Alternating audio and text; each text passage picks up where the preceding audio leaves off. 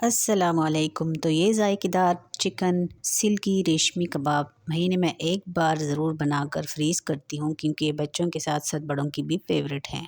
और दूसरा, इन्हें रोल, पराठा, सैंडविच, पुलाव, बिरयानी और चाय के साथ सर्व भी कर सकते हैं। तो इसे बनाने के लिए यहाँ पर मैंने ले लिए हैं 1 गिलास दाल चना, जिसको मैंने 4 से 5 घंटे के लिए भिगो दिया था और इसका वो वाला पानी मैंने फेंक दिया है।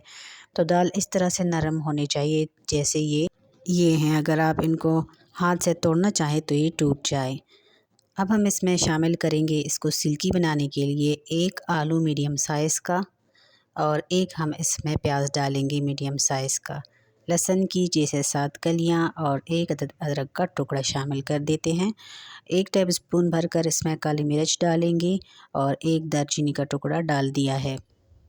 1 टेबलस्पून भरकर इसमें पेरी पेरी होममेड मसाला शामिल कर लिया है, जो इसके जायके को लाजवाब कर देगा। 1 टेबलस्पून भरकर इसमें चिली फ्लेक्स डालेंगे। अगर आप तीखा ज़्यादा लेना चाहते हैं तो मिकदार बढ़ा भी सकते हैं। और 2 से 3 अदद हरी मिर्ची भी शामिल कर देंगे। दाल के हिसाब से 4 से 5 पीसेस चिकन के डालेंगे। वैसे आप 1 किलो दाल में 1 किलो गोश्त भी डाल सकते हैं अगर घर के लिए बना रहे हैं, और मार्केट के हिसाब से अगर बनाना चाहते हैं तो आप 1 किलो दाल में आधा किलो चिकन शामिल कर सकते हैं। साथ ही हस्बे ज़ायका नमक ऐड कर देंगे। 1 टीस्पून भरकर गरम मसाला पाउडर शामिल करेंगे। हाफ़ टी स्पून हम इसमें हल्दी डालेंगे। तो मसाले सारे मैंने यहाँ पर डाल दिए हैं। अब हम इसमें पानी ऐड करेंगे। पानी की मिकदार का आपने सही ख्याल रखना है, तो आपका जो शामी कबाब का अमेज़ा होगा वो बिल्कुल परफेक्ट बनेगा, ना सख्त होगा और ना ही नरम। तो यहाँ पर मैंने 1 गिलास दाल लिए थे, जिसको मैंने 4 से 5 घंटे के लिए भिगो के रख दिया था। इसमें हम 1 गिलास ही पानी शामिल करेंगे।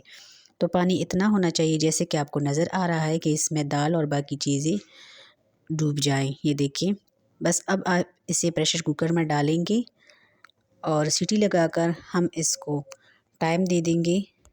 20 मिनट ही हमने इसको सीटी लगानी है। तो 20 मिनट बाद हम प्रेशर कुकर की स्टीम को रिलीज़ होने देंगे और फिर सीटी हटाकर प्रेशर कुकर को खोल देंगे। तो दाल अच्छी तरह से कुक हो चुकी है और पानी इसका सूख चुका है। तो चिकन की हड्डियाँ निकाल के इस अमेज़े को चॉपर में डाल देंगे, 1 मुट्ठी हरे धनिये के साथ, और चॉपर चलाकर इसको चॉप कर दिया है। तो ये परफेक्ट अमेज़ा बनकर तैयार है। अब यहाँ पर हम इसमें 1 अदद अंडा तोड़कर दोबारा से 30 से 40 सेकंड के लिए चॉपर चला लेंगे। तो अंडा अच्छे से इसमें मिक्स हो चुका है। इस अमेज़े में बाइंडिंग के लिए 2 टेबलस्पून भरकर कॉर्नफ्लोर शामिल कर दिया है। इससे अगर कबाब आप बग़ैर अंडे की भी फ्राई करना चाहेंगे तो टूटेंगी नहीं, बहुत अच्छे से फ्राई होंगे। इसको मिक्स करके आधे घंटे के लिए फ्रिज में रख देंगे ताकि ये सेट हो। तो बस आधे घंटे बाद ये परफेक्ट सेट हो गया है। अब हम हाथों को ऑयली करके इसके मज़ेदार से कबाब रेडी कर लेंगे।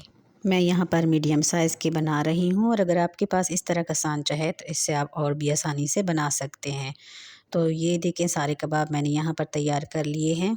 अगर आप इनको फ्रीज़ करना चाहते हैं 2 से 3 घंटे के लिए फ्रीज़र में रख दें, जैसे ये फ्रीज़ हो चुके हैं, और फिर इनको निकाल दें और किसी एयर टाइट जार में रख दें और इसको बस फ्रीज़र में रख दें। 1 महीने तक आराम से चल जाएंगे। जब आपने फ्राई करना हो तो अंडे में डिप करके भी फ्राई कर सकते हैं और बग़ैर अंडे की भी, क्योंकि इसमें मैंने कॉर्नफ्लोर शामिल किया है। तो ये वाले जो कबाब हैं ये बग़ैर अंडे की भी बहुत अच्छे से फ्राई होते हैं। आगे मैं आपको दोनों तरह से फ्राई करके दिखाऊंगी। तो पहले हम अंडे के साथ फ्राई करेंगे। इन कबाब को हम ज़्यादा घी में नहीं फ्राई करेंगे, बस इनको शैलो फ्राई करना है। देखिए, थोड़ा सा ही मैंने यहाँ पर घी डाल दिया है और कबाब को अंडे में डिप करके मैंने यहाँ पर डाल दिया है। तो बस मीडियम लो फ्लेम पर कबाब को एक साइड से फ्राई होने दें, फिर साइड को चेंज करके दूसरी साइड से भी गोल्डन होने दें, और जब प्यारा सा कलर आ जाए तो बस इनको निकाल दे। तो ये देखिए, तो रेसिपी अगर अच्छी लगे तो लाइक कर दे और साथ ही चैनल को भी सब्सक्राइब कर। और ये देखें, ये बग़ैर अंडे के मैंने फ्राई कर लिए हैं। बहुत ही खूबसूरत प्यारे से फ्राई हो गए हैं, बिल्कुल भी नहीं टूटे। यहाँ पर मैंने कबाब डिश आउट कर दिए हैं। चटनी या केचप के साथ इनको सर्व कीजिएगा। रेसिपी के मुतालिक अपना फीडबैक ज़रूर दीजिएगा। अगली वीडियो तक अल्लाह हाफ़िज़।